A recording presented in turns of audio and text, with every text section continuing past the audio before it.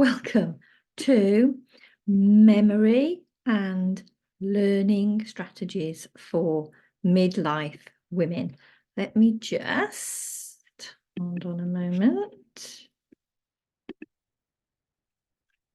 Find my screen. Hopefully that should be it. That says exit full screen. What's going on here? Not doing very well on this one. Let's present again. What is it doing? There we go. So today we are going to talk about memory and learning strategies for menopausal women.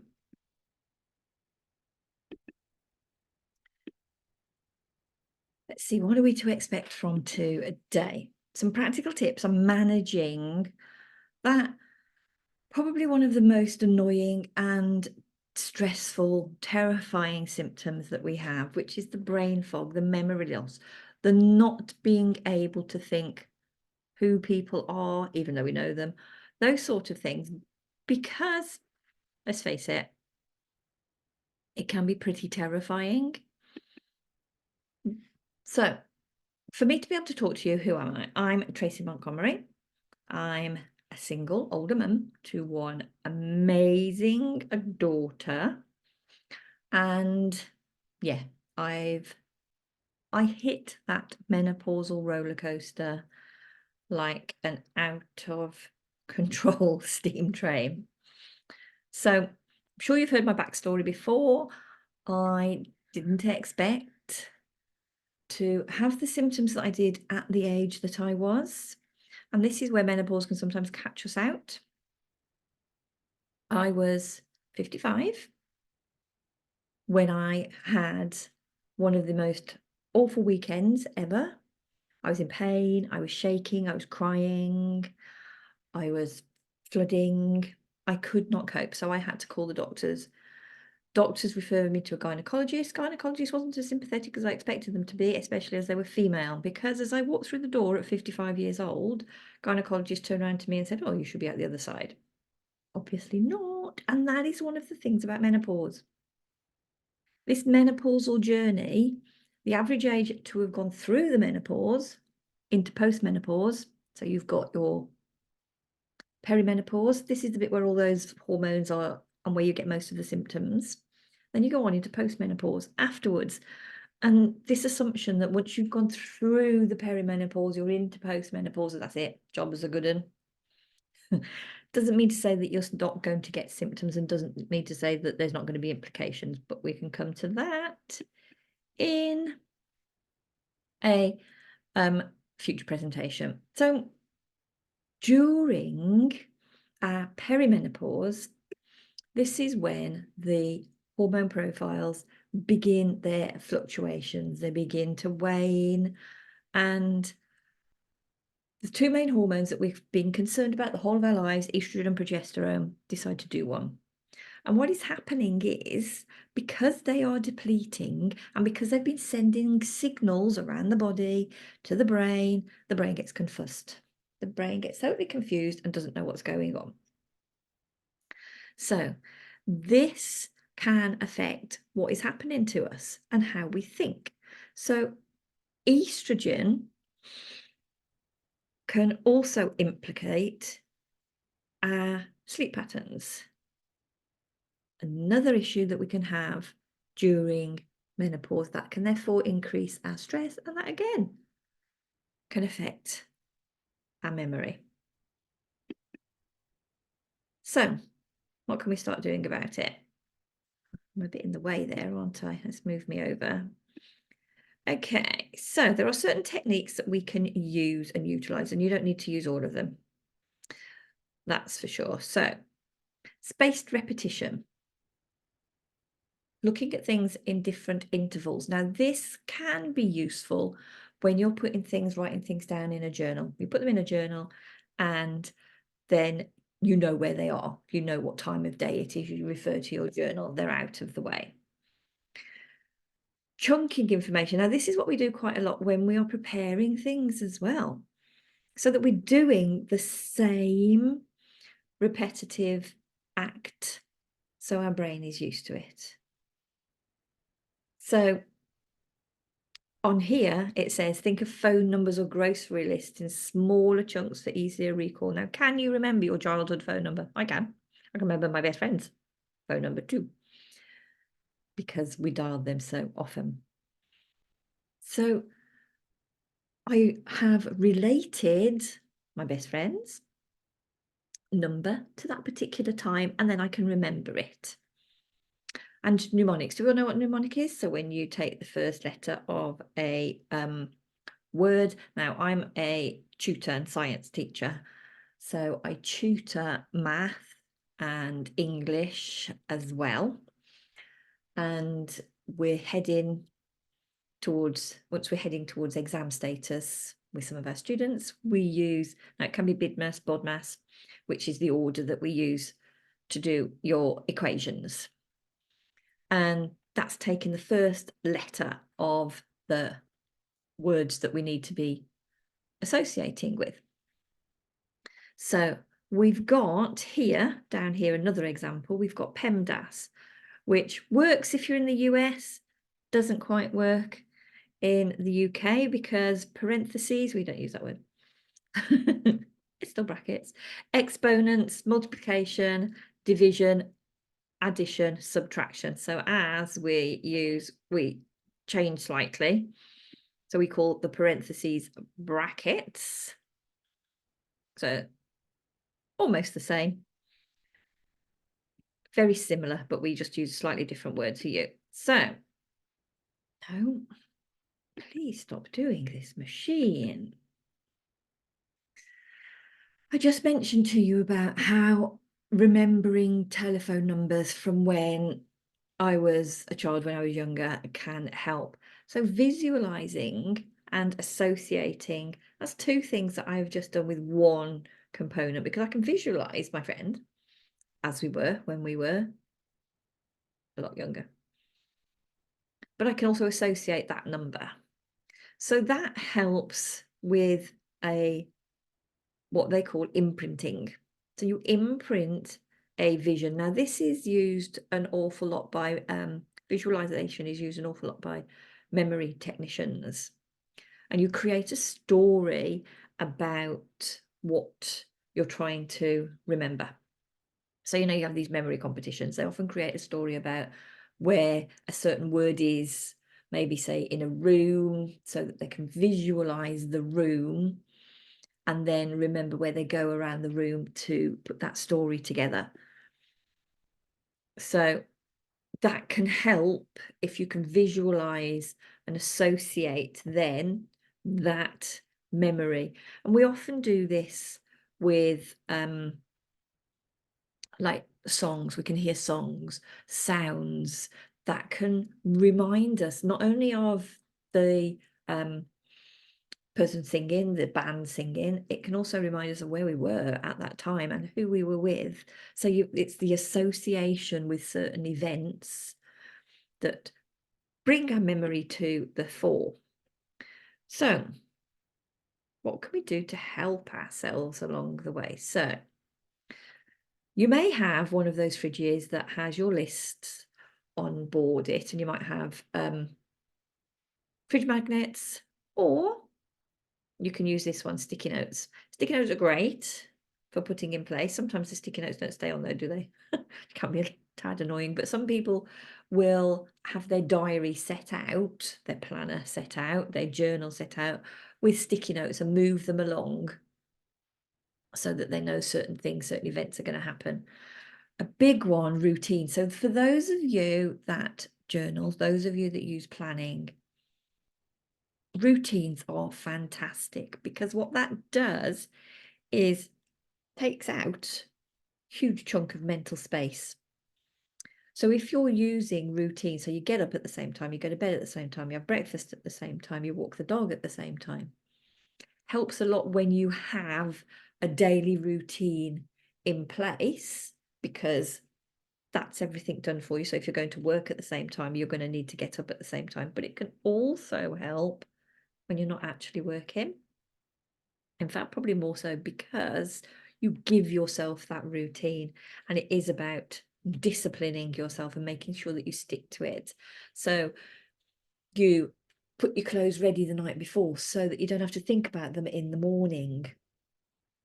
You can put your breakfast out the night before so you don't have to think about it in the morning. You get your morning cup of coffee ready to go the night before so you don't have to think about it in the morning. All those sort of things create space for everything else that's going on. And it means that you don't have to use that space, premium space, within your brain for the things that you're going to do every day. Now, some of us also like to-do lists. Now, a to-do list can be included within your planner. To-do lists can be great, but don't make them too long. On your to-do list, put a few tasks, 3, 5 maximum. Do not put 100 things on that to-do list because you will never complete it. And even with a list of 3 to 5, you might not complete all of them. You might just get 2 of them done, 3 of them done. It's a 5 list. And then have to put them onto the list again. But they are a good way of making sure that you complete things. Why have I put sleep hygiene at the bottom? We need downtime. Our brains need that downtime. Our sleep time is the time that gives our brain a chance to reboot, if you like.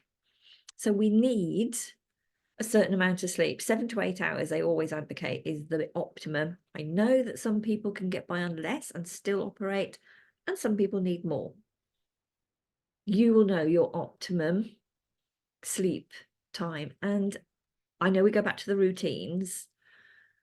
It is supposedly better to stick to the same sleep time and wake time than it is to have the weekend lie-in. However, challenging everyone not to have the weekend lie-in or the day off lie-in.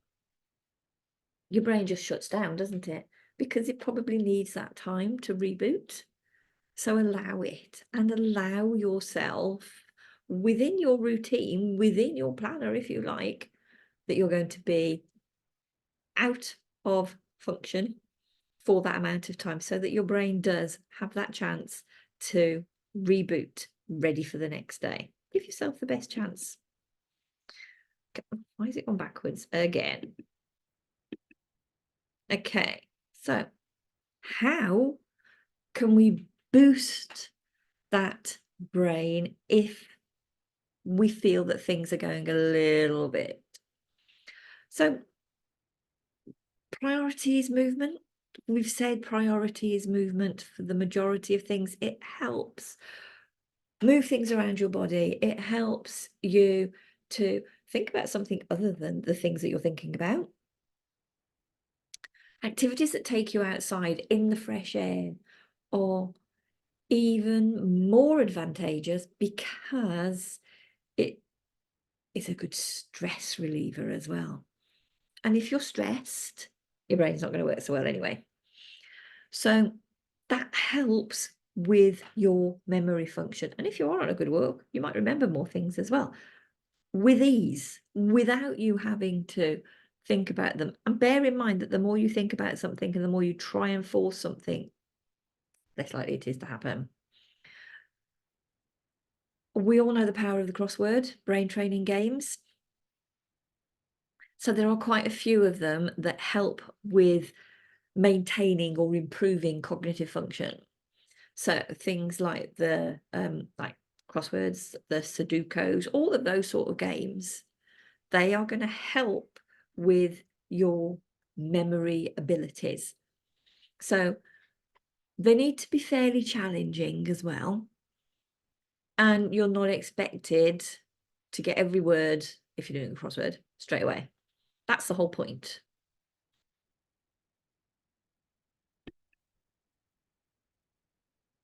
So simple brain training games can be things like can be found as an app. You can find apps that you can take out and about with you because we don't tend to use the newspapers as much. The Times supplement, is it the Times supplement crossword? See, I don't even know because I don't read the Times. Certain papers have certain crosswords every week, don't they, or every day? But we don't tend to read newspapers as much. So we need to carry them around with us. We need to think about ways that can tease the brain, if you like, because we want to keep our memory on point. We also need to make sure that we've got people around us, because if it's just us on our own and we're not having many social interactions, it's a function that we don't use. It's a function that gets sort of lost then. So if you can maintain social reactions around you, be it in your job, if you're still working, be it volunteering, be it joining clubs. Now, I know when we get to a certain age, we're supposed to join certain clubs, and they may not be for everybody, but just having somebody else to talk to, not talk about, maybe you do want to talk about, maybe there are, what's it called? Bitch and Stitch, Stitch and Bitch, whatever they are, they're like the knitting clubs, aren't they? That could be, I mean, that keeps your brain going. But you may need to possibly join supportive communities like our one, where you specifically talk about this issue that is happening to you. And you're going to have others around you that are going to be in the same sort of situation. So the fact that your memory is not as it was can be stressful. The fact that you're going through menopause, sorry, I've been a bit rude there, leaning on my, oh yeah, there's some chill, yeah, sorry. The fact that you're going through this stage of life can in itself be quite stressful. There are certain things that can be happening that can take away from you and increase your stress. So make sure that you are managing those as much as is possible. So certain things can be out of your control. So yes, we are going through the perimenopause on into menopause, but there can be certain external factors, family illnesses, your own illnesses, change in your relationships, change in your job perspectives, change in your finances, not being able to drive, all these sort of things can increase your stress levels. So try and be realistic and try and manage them. Those of you, I'm not quite there yet, those of you that are grandparents and you love your grandkids, you're going to love your grandkids. It goes without saying, you want to do as much as you can for them. But bear in mind, you now need your time as well. So don't take on too many commitments that are going to stretch you too much. Set your boundaries, know your boundaries. It sounds easy, doesn't it? Yeah. But try and stick to them as much as you can. Okay, we've sort of looked at sleep hygiene as well. We need to make sure, so when we talk about sleep hygiene, we don't just mean cleaning your sheets and making sure that they smell nice. What we also mean is your routine before bed. So ditch, I know mine's very old. Don't even make mine anymore. Anyway, so ditch the phone before bed, reduce that screen time. Go to bed, like we said, at the same time. Make sure that you're not having too much heavy food before you go to bed, because your body's still going to be trying to digest it. So make sure that the room that you're sleeping in is conducive. So it's dark, it's not too warm, got a comfy bed. We all have our different comfinesses. Comfinesses? Is that a word? Just made a new word. So make sure that you stick to those as much as you can so that your 7 to 8 hours, 6 to 8 hours, 10 hours, whatever you need is optimized by the conditions that you're sleeping in. I'm sure that we've just gone through that one. How did that one get there? Right. So, brain plasticity. What is brain plasticity? So, studies show that we can continue to learn. Yes, there are times when our brain is growing and it absorbs when we are younger. But like every other bit of our body, if we don't use it, hey, it's not going to keep working so well, is it? So, you can, you know the saying, don't teach an old dog new tricks. Out the window. Totally out the window. What a load of rubbish. You can keep learning, lifelong learning, lifelong skills. That stimulates the brain more.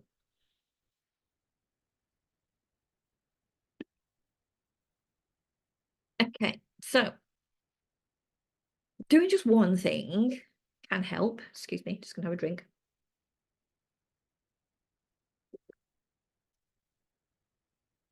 But doing lots of things is going to amplify that, isn't it? So we need to think about the important ones and the ones that we can physically fit in to our day.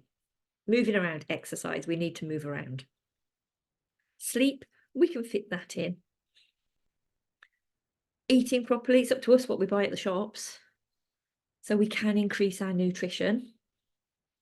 So we advocate, we have pointed to this before, leaning more towards a Mediterranean diet. So your leafy greens, your leaner proteins, cook from home, reduce your processed foods, reduce your alcohols, limit your caffeines. Well, limit and reduce your caffeines and your alcohols and your sleep. These are things that we can, to a certain degree, manage. External factors then should not have such a huge effect on us. So we know that as we go on through perimenopause, into menopause, things could be slightly different for us. Now, many of you may have started this journey in a particular relationship, be that personal relationship, be that a work-related relationship, be a friendship relationship, and they have changed. And that can have implications then on where you're at and where you're going in the future. It can have implications on your health, your well-being, and your finances. Now, bear in mind that reducing stress is going to help. So, finances, your retirements, your future finances can help maintain your brain health, can help reduce your stress levels, give you a bit of life as well. So that you're going to live longer, you're going to have a happier retirement or a happier later life. And that can help improve your cognitive function. So we've just discussed briefly why you would need to do that. There's an awful lot of evidence out there that shows that, sorry, why am I doing this now? There is, oh dear.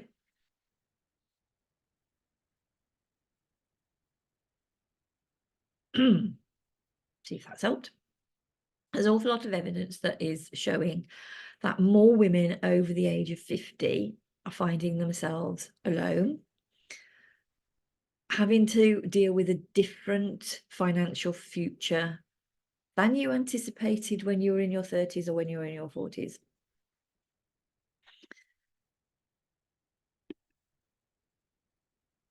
Many women, it's up to 40% of women, have struggled to maintain their career aspirations once perimenopause, once menopausal transformation sets in. And that's because of the menopausal symptoms getting in the way. I mean, let's face it, there are some days where we can't even get up, let alone conduct a board meeting. So I've gone back again. Why does it keep doing this? What is going on? Thank you. We may also,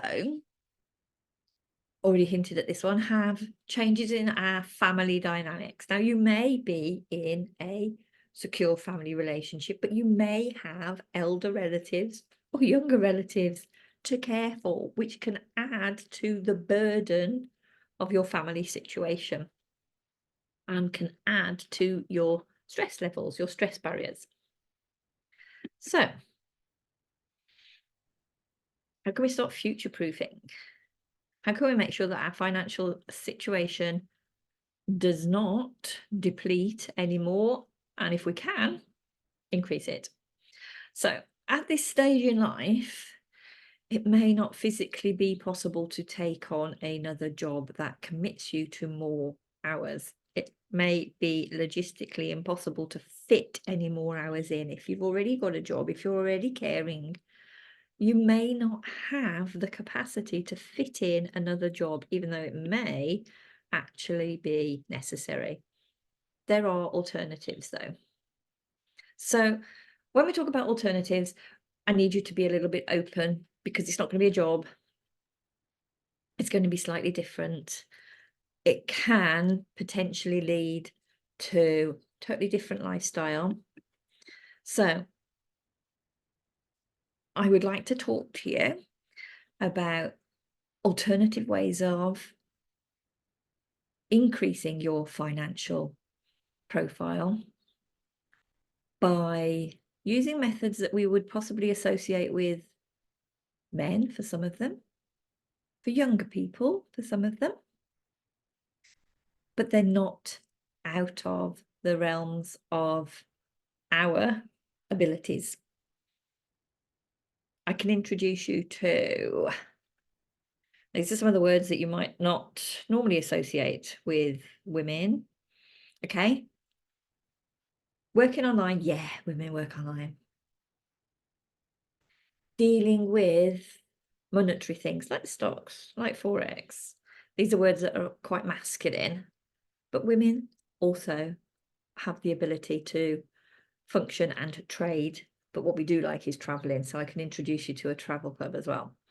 That's all part of this little package, this little deal. So if your finances aren't doing quite what you want them to do at this stage, if your menopause is causing confusion, let's get on a call. Let's talk about what I've got to offer, and let's talk next time around. So let me stop the share. Let me thank you for joining me and look into the group events. You may get an invite for our next session. I will talk to you soon. Bye for now.